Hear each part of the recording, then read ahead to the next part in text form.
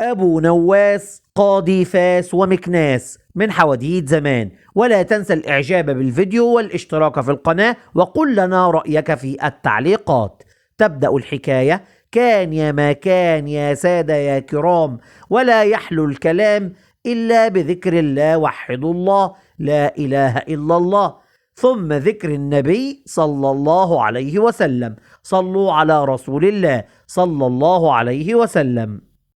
كان هناك رجل اسمه جحا، وفي يوم من الأيام سمع جحا دقا على الباب.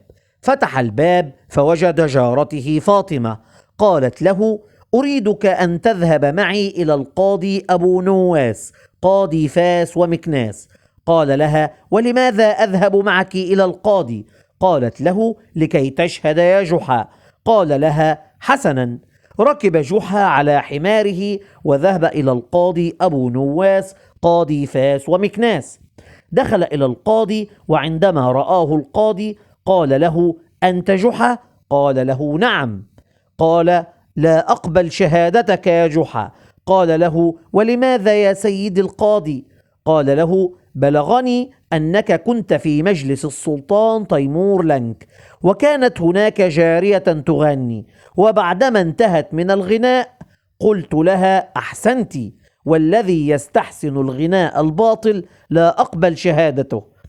قال له جحا: سيد القاضي، هل قلت لها أحسنت وهي تغني، أم بعدما سكتت عن الغناء؟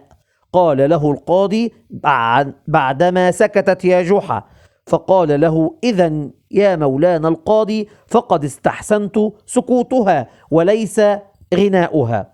فكر القاضي قليلا وقال له: إذن يا جحا استحسنت الصمت ولم تستحسن الغناء. قال له: نعم يا سيدي. فقال القاضي: إذن أقبل شهادتك يا جحا، قل ما عندك. فقال جحا: أنا لا أعلم لماذا أتيت إلى هنا، لقد طلبت مني جارتي فاطمة أن أشهد معها، فأتيت دون أن أسألها. قالت الجارة فاطمة: سيد القاضي، لقد تشاجرت بالأمس مع زوجي فطلقني، وعندما أردت الخروج من المنزل قال زوجي: لماذا تخرجين من المنزل؟ قلت له: لأنك طلقتني. قال: لم يحدث، أنا لم أطلقك، فجئت إلى هنا يا سيد القاضي لكي أثبت تلك الطلقة. قال لها القاضي: هل معك شهود؟ قالت: نعم، جحا هو الشاهد الوحيد. سأل القاضي أبو نواس جحا وقال له: يا جحا، هذه المرأة هل طلقها زوجها أمامك؟ فقال له جحا: سوف أقول لك كل شيء يا سيد القاضي. بالأمس ذهبت إلى السوق لكي أشتري خبزا، لأن زوجتي كانت مريضة ولا تستطيع الجلوس أمام التنور. ثم ذهبت إلى الجزار لكي أشتري لحما، ثم ذهبت إلى السوق لكي أشتري زيتا، ثم ذهبت بكل تلك الأشياء إلى المنزل. قال له القاضي: اختصر في الكلام يا جحا وأدخل في المفيد. قال: هل طلق هذا الرجل تلك المرأة أمامك أم لا؟ رد عليه جحا وقال: سأخبرك سيدي القاضي. ذهبت بكل تلك الأشياء إلى البيت، ثم نزلت إلى السوق مرة أخرى لكي أشتري حطبا، فأنت تعلم يا سيد القاضي أن الحطب يستخدم في طهي الطعام وفي التدفئة، وقد كان الجو باردا. قال القاضي: يا جحا، أنا لا أسألك عن كل هذا، ولكن سؤالي: هل طلق هذا الرجل زوجته؟ قال جحا: سيدي القاضي، لا يحلو الكلام إلا من بدايته، وهذه شهادة سيسألني الله عنها يوم القيامة. قال أبو نواس: لا تضيع وقتي معك يا جحا، فأنا قاضي فاس ومكناس، ووقتي ملكا لكل الناس، وهناك الكثير من المظالم والقضايا. أجب بوضوح يا جحا، فهناك الكثير ينتظرون دورهم بعدك. هل طلق هذا الرجل زوجته في المساء أمامك؟ قال جحا: سيد القاضي، بالأمس سمعت صوت شجار بين تلك المرأة وزوجها، وسمعت شخصا يقول: أنت طالق. لقد كانت الدنيا مظلمة ولا أعلم من الذي طلق الآخر، هل طلق الرجل زوجته أم زوجته هي التي طلقته؟ أنا لا أعرف. نظر القاضي أبو نواس إلى الزوج وقال له: شكلك غريب، من أي البلاد أنت؟ فقال له سيد القاضي أبو نواس: أبي من بلاد الروم، وأمي من بلاد الفرس، وجدي من بلاد الحبشة، وجدتي من بلاد البربر، ولقد تعلمت في بلاد الصين، وتربيت في بلاد الهند، وتزوجت في بلاد الفرنجة، وأنجبت أطفالا في بلاد الأعاجم، ثم أتيت حاليا لكي أعمل في بلاد العرب. فقال له القاضي: حسنا حسنا، قل إنك من كوكب الأرض. سأل القاضي الزوج: قل لي، هل طلقت زوجتك؟ فرد عليه الزوج وقال: لقد كنت غاضبا جدا يا سيد القاضي. قال القاضي: وهل هناك رجل سعيد يطلق زوجته؟ لا بد وأنك كنت غاضبا، فحالات الطلاق معظمها يقع ساعة الغضب. حكم القاضي أبو نواس بوقوع الطلاق، وأعطى القاضي للمرأة حكما بالطلاق. أخذت جارة جحا الست فاطمة ورقة إثبات الطلاق من القاضي، ثم في اليوم التالي أخذت وثيقة الطلاق وذهبت بها إلى جحا لكي تشكره على شهادته أمام القاضي أبو نواس، ثم طلبت منه قراءة الورقة التي أخذتها من القاضي.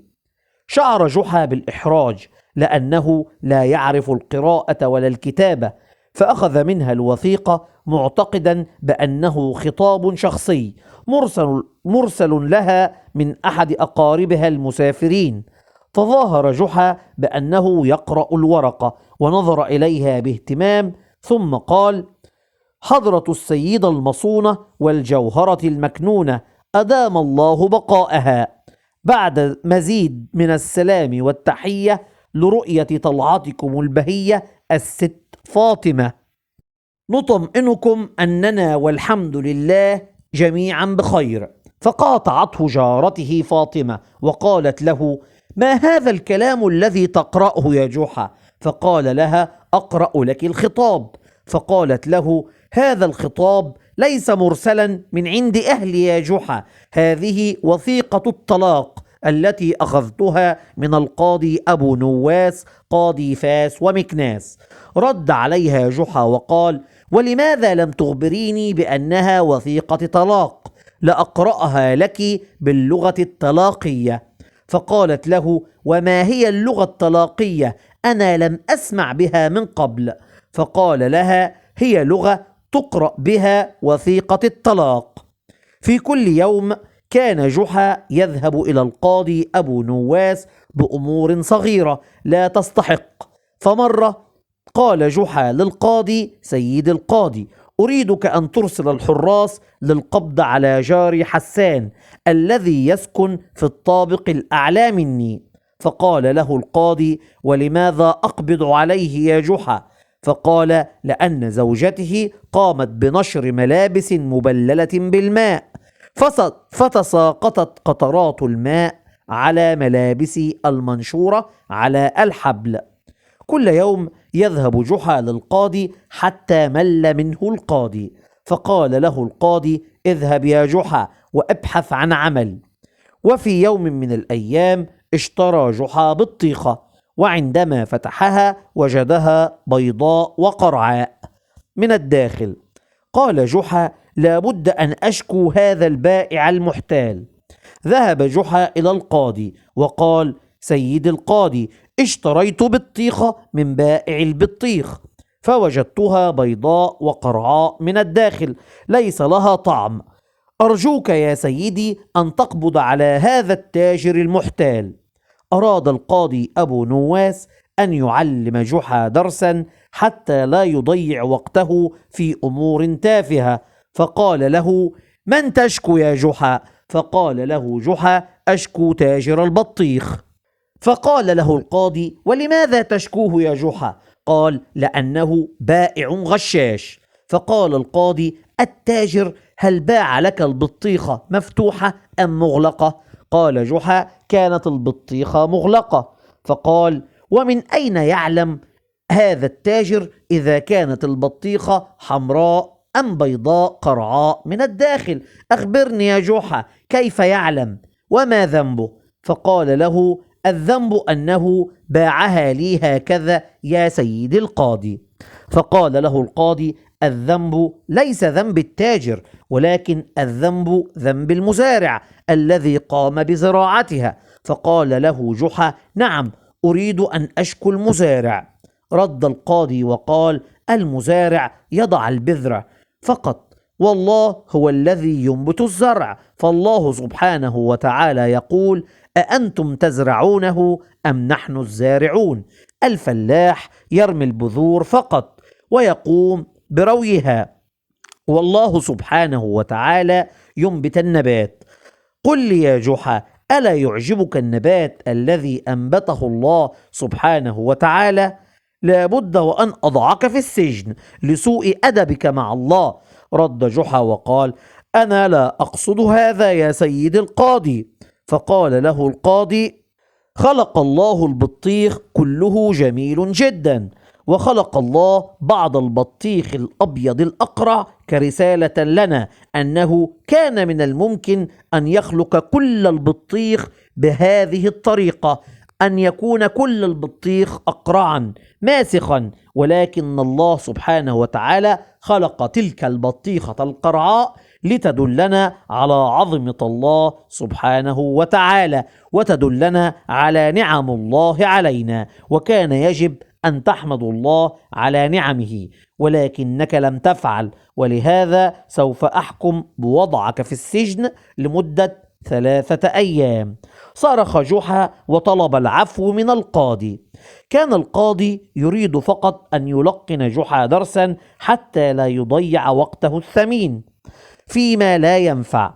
قال القاضي: اسمع يا جحا، لن أضعك في السجن مع اللصوص، ولكن سأضعك مدة السجن في غرفتي الخاصة. واعلم يا جحا أن غرفتي فيها فراش مريح. فرح جحا كثيرا أنه سيقضي فترة عقابه في حجرة القاضي الخاصة التي يوجد بها كل وسائل الراحة. وبعد 3 أيام خرج جحا من غرفة القاضي، ثم توجه إلى القاضي أبو نواس يشتكي من الناموس. نظر القاضي إلى جحا بغضب وقال له: حتى الناموس تشتكيه يا جحا؟ اعلم يا جحا أن غرفتي الخاصة ليس بها أي ناموس أو حشرات. خرج القاضي وتوجه إلى غرفته، فوجد بها ناموسة واحدة وميتة على الفراش. فقال القاضي أبو نواس: يا جحا، لا يوجد سوى ناموسة واحدة وقد ماتت. أنت لم تتعلم الدرس يا جحا، حتى الناموس تشتكيه، كيف تشتكي ناموسة وميتة يا جحا؟ فقال له جحا: أنت لم ترى من جاء ليعزي فيها ليلة أمس؟ كان هناك مئات بل آلاف من الناموس جاءوا يعزون، ثم قرصوني وحرموني من النوم. أراد القاضي التخلص من جحا لفترة طويلة، فقال له: يا جحا، عندي أخبار مهمة لكل أهل المدينة. أريدك أن تذهب إلى كل البيوت في المدينة بيتا بيتا، وتخبر الناس فردا فردا أن يأتوا إلى ساحة المدينة أمام دار القضاء. وأريدك يا جحا أن تكلم الناس على انفراد يا جحا، لا تخبرهم جميعا مرة واحدة. وأتي بهم إلى هنا، ولا أريد أن أراك إلا بعد أن تجمع لي كل أهل المدينة.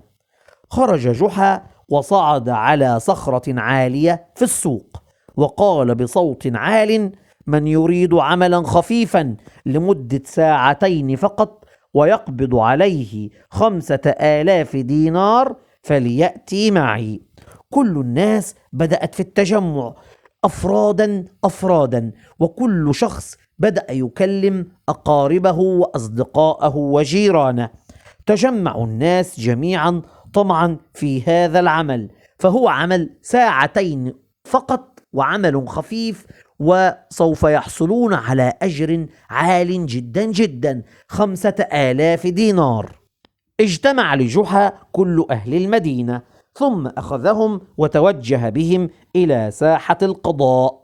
وقف جحا أمام دار القاضي ودق الباب. قال القاضي: من الذي يدق الباب؟ فقال: أنا جحا.